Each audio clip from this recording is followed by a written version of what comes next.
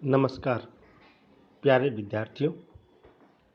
मैं तेजकरण चौहान, सह आचार्य इतिहास, मांगीलाल बागड़ी राजकीय महाविद्यालय नोखा।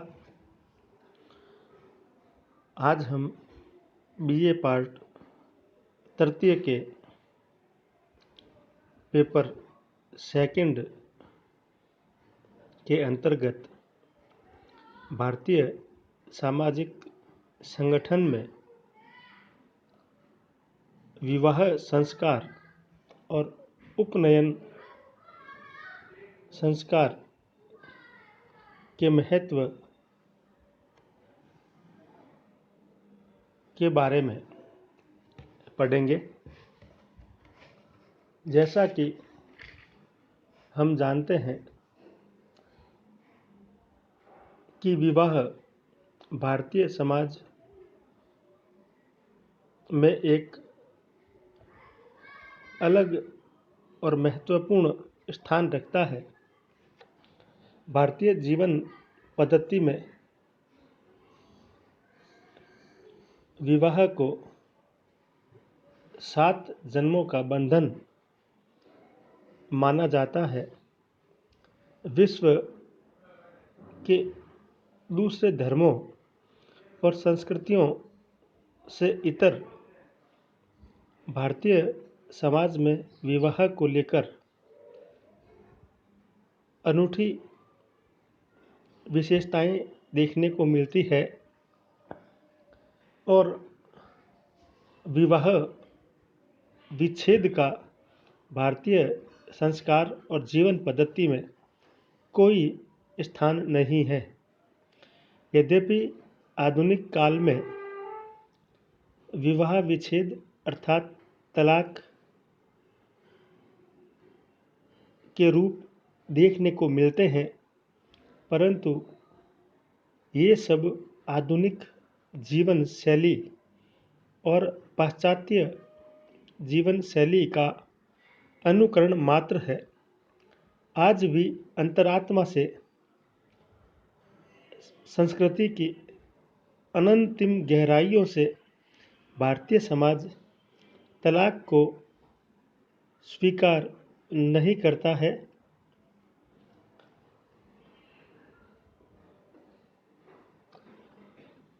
भारतीय संस्कृति में जीवन को जीने के लिए 16 संस्कार, 4 पुरुषार्थ और अन्य आश्रम व्यवस्था इत्यादि की वैज्ञानिक व्यवस्था स्थापित की थी। उसी के अंतर्गत 16 संस्कारों में 15वां संस्कार विवाह संस्कार को रखा गया है। भारतीय ऋषियों मनीषियों ने परिवार व्यवस्था को स्थायी बनाए रखने और सामाजिक व्यवस्था को टिकाऊ बनाने के लिए विवाह पर अत्यधिक जोर दिया है, क्योंकि ऋषियों मनीषियों ने इस बात को समझ लिया था कि किसी भी प्राणी की यौन इच्छाओं की पूर्ति करना अनिवार्य है और वह भी मर्यादित रूप से हो तो समाज के टिकाऊ होने में अहम रोल निभाता है। भारतीय परिवार के लिए यह अत्यंत महत्वपूर्ण संस्कार माना गया है, क्योंकि इसी संस्कार पर समाज में उसका अस्तित्व टिका हुआ है। भारतीय आश्रम व्यवस्था का दूसरा आश्रम व्यवस्था गृहस्थ आश्रम पूर्णतया इसी पर टिकी हुई थी, क्योंकि गृहस्थ आश्रम में प्रवेश करके ही एक गृहस्थी ब्रह्मचारी, वानप्रस्थी और सन्यासी की समस्त आवश्यकताओं की पूर्ति कर सकता था। इस संस्कार के साथ ब्रह्मचारी अपनी शिक्षा दीक्षा पूर्ण करने के उपरांत गृहस्थ आश्रम में प्रवेश करता था। इस संस्कार में वस्त्र एवं आभूषणों से अलंकृत कन्या का उसके योग्य गुणवान वर को यज्ञ वेदी में अग्नि के सामने उसके पिता के द्वारा दान किया जाता है। इस संस्कार में पाणी ग्रहण, लाजा होम, अग्नि में धान की खीलों की आहुति देना और सप्तपदी अर्थात वर वधू का एक साथ 7 कदम चलना और ध्रुव तारे का दर्शन इत्यादि प्रमुख करते होते हैं। वर और वधू दोनों आजीवन एक दूसरे का साथ निभाने की प्रतिज्ञा करते हैं। भारतीय परिवार में विवाह सामाजिक बंधन के साथ साथ एक धार्मिक बंधन भी माना गया है। अतः इस संस्कार का धार्मिक महत्व भी अत्यधिक है। यह व्यक्तिगत और सामाजिक विकास के लिए आवश्यक माना गया है। अविवाहित पुरुषों को यज्ञ का अधिकार भी नहीं दिया गया है। इससे विवाह संस्कार की महत्ता अपने आप ही प्रकट हो जाती है। भारतीय समाज में वैदिक काल से लेकर सूत्र काल तक 8 प्रकार की विवाह प्रणालियां विकसित हो चुकी थी, जो अष्ट प्रणाली के अंतर्गत श्रृंखलाबद्ध शास्त्रोकारों द्वारा कर दी गई है। विवाह की ये प्रणालियां निम्न प्रकार से है। इन प्रणालियों में सबसे प्रथम स्थान पर ब्रह्म विवाह को रखा गया है। इस प्रणाली के अंतर्गत कन्या के विवाह का उत्तरदायित्व उसके पिता या अभिभावक पर होता है। वह अपनी कन्या के लिए सुयोग्य वर की तलाश करके विधि पूर्वक शास्त्रोक्त ढंग से अपनी कन्या का दान उस वर को करता है। वर पक्ष की ओर से कोई वस्तु नहीं ली जाती है। समस्त विवाह प्रणालियों में श्रेष्ठ होने के कारण इसे ब्रह्म विवाह की संज्ञा दी गई है। कालांतर में भी यही प्रणाली समाज में सबसे अधिक प्रतिष्ठित मानी गई है। इसी प्रकार दूसरे श्रेणी के अंतर्गत देव विवाह को रखा जाता है। इसमें कभी कभी यज्ञ कराने वाले पुरोहित के गुण और योग्यता से प्रभावित होकर यजमान अपनी कन्या का विवाह उसके साथ कर देता था।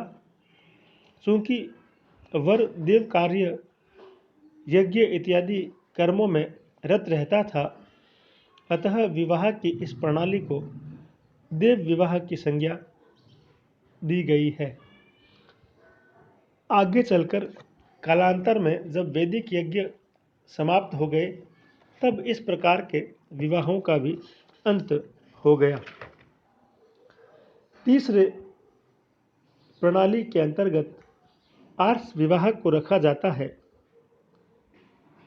इस प्रणाली में कन्या का पिता वर पक्ष से एक गाय और एक बैल लेकर अपनी कन्या का विवाह करता था। इस प्रकार प्राप्त गाय बैल का प्रयोग याज्ञिक कर्मों में किया जाता था। इसी से इसका नाम आर्ष पड़ा। परंतु इसमें कोई संदेह नहीं कि यह प्रणाली क्रय विक्रय पर आधारित थी। इसी प्रकार चौथी प्रणाली के अंतर्गत प्रजापत्य विवाह को रखा जाता है। यह विवाह भी ब्रह्म विवाह के ही अनुरूप है, केवल मात्र इसमें नाम का अंतर है। इस विवाह का स्पष्ट उद्देश्य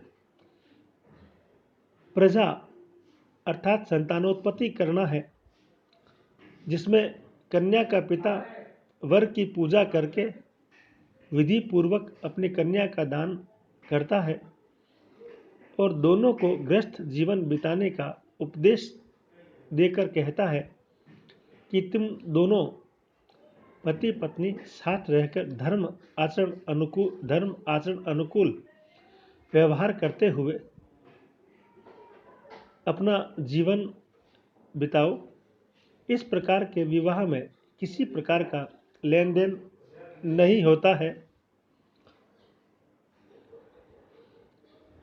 पांचवें प्रणाली के अंतर्गत गांधर्व विवाह को रखा जाता है।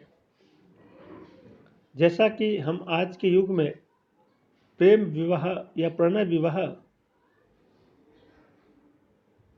की तरह मान सकते हैं, जिसमें लड़के और लड़की में विवाह के पूर्व ही प्रेम संबंध हो जाते हैं और वे एक दूसरे को पति पत्नी स्वीकार करते हैं। इसमें माता पिता की सहमति का कोई महत्व नहीं होता। दुष्यंत एवं शकुंतला का विवाह इसका उत्कृष्ट उदाहरण है। यह विवाह प्रणाली वर वधू की वयस्क अवस्था की ओर भी संकेत करती है। आप स्तंभ और वशिष्ठ जैसे विचारकों ने इस प्रणाली को अधर्मीय माना है। छठे विवाह प्रकार में आसुर विवाह को रखा जाता है। इस प्रकार की विवाह प्रणाली में क्रय विक्रय की प्रधानता है। इसमें कन्या का पिता विवाह के पूर्व वर पक्ष से अपनी कन्या का मुंह मांगा मूल्य मांगता है और मूल्य मिलने के उपरांत ही अपनी कन्या का विवाह वर के साथ करता है। इस विवाह प्रणाली का घोर विरोध किया गया। बोधायन इस बारे में लिखते हैं कि कन्या को बेचने वाला पिता घोर नरक का भागीदार होता है और क्रीत पत्नी अर्थात क्रय की गई पत्नी धर्म विवाहिता नहीं हो सकती है, वह एक दासी के समान होती है। सातवें प्रकार के अंतर्गत राक्षस विवाह को रखा जाता है। कन्या की इच्छा या इच्छा के विरुद्ध कन्या के पिता अथवा संबंधियों को पराजित कर या मारकर कन्या का अपहरण करके उसके साथ विवाह करना राक्षस विवाह की श्रेणी में आता है। चूँकि इस प्रकार में शूरवीरता की प्रधानता थी, अतः कालांतर में क्षत्रियों में यह प्रणाली अधिक लोकप्रिय होती चली गई। पृथ्वीराज संयोगिता का विवाह ऐसा ही एक उदाहरण है। सूत्रकारों ने इस विवाह प्रणाली का भी घोर विरोध किया है। आठवें प्रकार के अंतर्गत पैशाच विवाह को रखा जाता है। पैशाच विवाह की आठों प्रणालियों में सबसे निम्न कोटि का माना गया है, जिसके अंतर्गत सोती हुई, बेहोश, पागल या उन्मत्त कन्या के साथ समागम कर विवाह किया जाता है। पुरुष के इस पैशाचिक कर्म के कारण ही इस प्रणाली का नाम पैशाच विवाह पड़ा। आधुनिक युग में हम इसे विवाह न मानकर बलात्कार की संज्ञा दे सकते हैं और ऐसे कुछ उदाहरण न्यायालयों में भी हमें देखने को मिले हैं। सूत्रकारों ने केवल कन्या के हित को ध्यान में रखते हुए ही इसे विवाह प्रणाली में स्थान दिया है और ऐसा पैशाचिक कर्म करने वाले को उस कन्या के साथ विवाह करने के लिए विवश किया जाता है। इन 8 प्रकार की विवाह प्रणालियों के साथ साथ समाज में विवाह निषेध के भी उदाहरण शास्त्रकारों ने कर दिए थे। धर्मशास्त्रों के अनुसार माता पिता के गोत्र, प्रवर एवं रक्त संबंधों के भीतर विवाह करना निषेध माना गया है। गोत्र और प्रवर सामान्यतया उस पूर्वज ऋषि के नाम होते हैं जिससे किसी समुदाय विशेष की उत्पत्ति मानी गई है। हिंदू समाज का प्रत्येक समुदाय किसी न किसी प्राचीन ऋषि भारद्वाज, वशिष्ठ, सांडिल्य इत्यादि को अपना पूर्वज मानते रहे हैं। अतः एक ही पूर्वज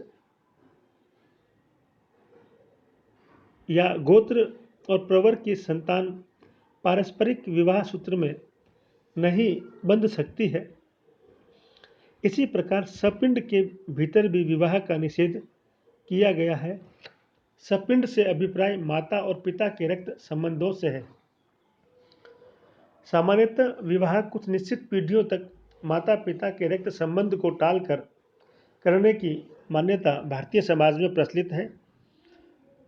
यद्यपि दक्षिण भारत के हिंदू समाज में सपिंड विवाह भी प्रचलन में रहे, परंतु आजकल वहाँ भी इसे ठीक नहीं समझा जाता है और जहाँ तक हो इससे परहेज किया जाता है। इसी प्रकार प्राचीन समाज में अंतरजातीय विवाहों के उदाहरण भी देखने को मिलते हैं। समाज में सवर्ण विवाह की ही उचित और अच्छे माने गए हैं, तथापि प्राचीन काल में अंतरजातीय विवाह भी प्रचलन में थे। अंतरजातीय विवाह 2 प्रकार के वर्गीकृत किए गए हैं। पहला अनुलोम और दूसरा प्रतिलोम। अनुलोम विवाह से तात्पर्य जिसमें पुरुष अपने से नीचे वर्ण की कन्या के साथ विवाह करता है, जैसे कोई ब्राह्मण पुरुष का क्षत्रिय अथवा वैश्य कन्या के साथ विवाह करना या क्षत्रिय पुरुष का वैश्य कन्या के साथ विवाह करना,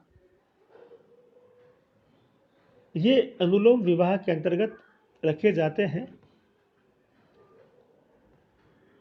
इसी प्रकार प्रतिलोम विवाह के अंतर्गत कोई पुरुष अपने से ऊंचे वर्ण की कन्या के साथ विवाह करता है, जैसे क्षत्रिय पुरुष और ब्राह्मण कन्या या वैश्य पुरुष और क्षत्रिय अथवा ब्राह्मण कन्या के साथ विवाह प्रतिलोम की श्रेणी में रखा गया है। धर्मशास्त्रकारों ने अनुलोम विवाह को तो मान्यता दी, परंतु प्रतिलोम विवाह का घोर विरोध किया है।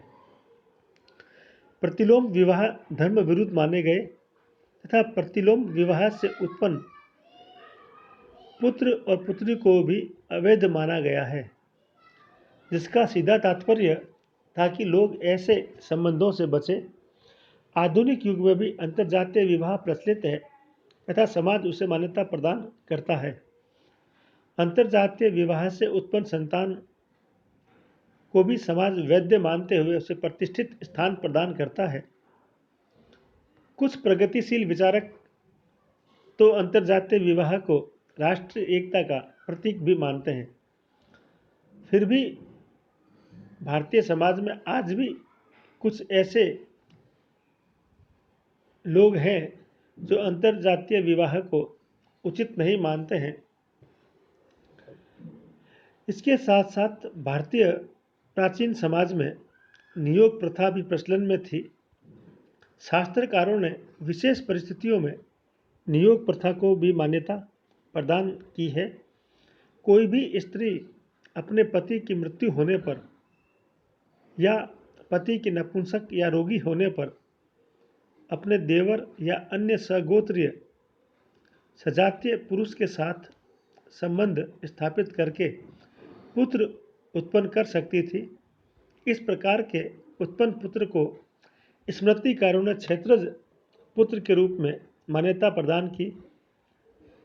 इस प्रकार से प्राप्त पुत्र समाज में अनादर की दृष्टि से नहीं देखा जाता था। महाभारत में धृतराष्ट्र और पांडु के द्वारा संतानोत्पत्ति न कर पाने के कारण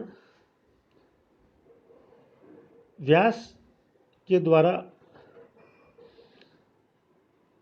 जो संतान उत्पत्ति का उदाहरण देखने को मिलता है वह इस प्रकार का श्रेष्ठतम उदाहरण है।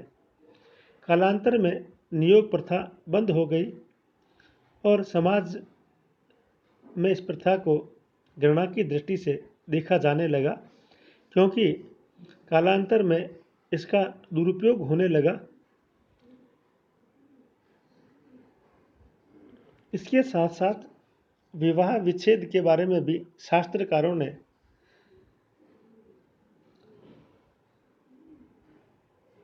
अनेक प्रावधान किए थे। भारतीय धर्मशास्त्रकार विवाह का विच्छेद नहीं मानते थे।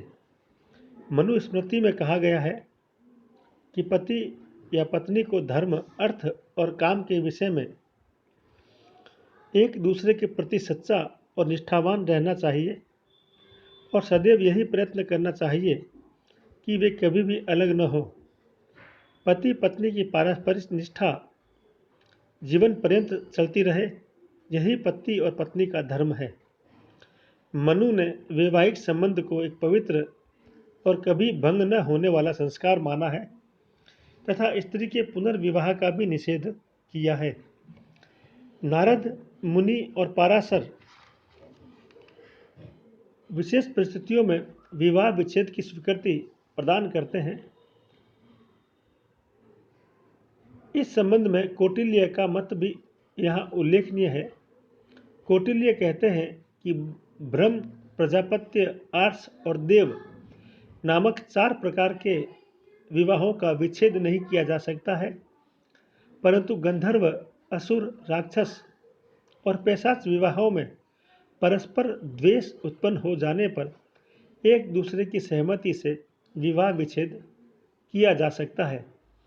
प्राचीन हिंदू समाज में विवाह विच्छेद दोनों ही ओर से हो सकता था, परंतु कालांतर में धीरे धीरे पुरुषों का एकाधिकार बढ़ने की वजह से स्त्रियों से सभी सुविधाओं को छीन लिया गया।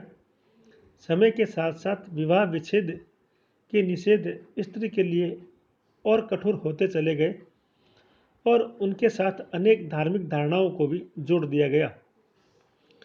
ऊंची जातियों में विवाह विच्छेद को हेय माना गया। कन्याओं को बचपन से ही पति को परमेश्वर स्वरूप मानने के उपदेश दिए गए, जिसकी सेवा करना और आज्ञा पालन करना स्त्री का परम धर्म बताया गया। पत्नी के साथ पति का जन्म जन्मांतर का संबंध माना जाता है। अतः स्पष्ट है कि विवाह विच्छेद या तलाक भारतीय संस्कृति में विदेशी तत्व है। अधिकांश लोग अपने को प्रगतिशील बताने के लिए तलाक के पक्ष में चाहे कितने ही तर्क प्रस्तुत क्यों न करें, किंतु हिंदू समाज ने अपने मन से तलाक की व्यवस्था को कभी स्वीकार नहीं किया है।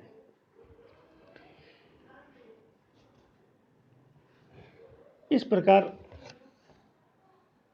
हम कह सकते हैं कि विवाह भारतीय समाज में एक अत्यंत महत्वपूर्ण स्थान रखता है। एक महत्वपूर्ण संस्था थी जो संतति को बढ़ाने और समाज को चलाए रखने के लिए आवश्यक थी, जिन्होंने समाज में एक व्यवस्था भी स्थापित की और संभावित स्वेच्छाचारिता और व्याभिचार जैसे दुर्गुणों से समाज को बचाने में अहम भूमिका निभाई। जय हिंद, जय भारत।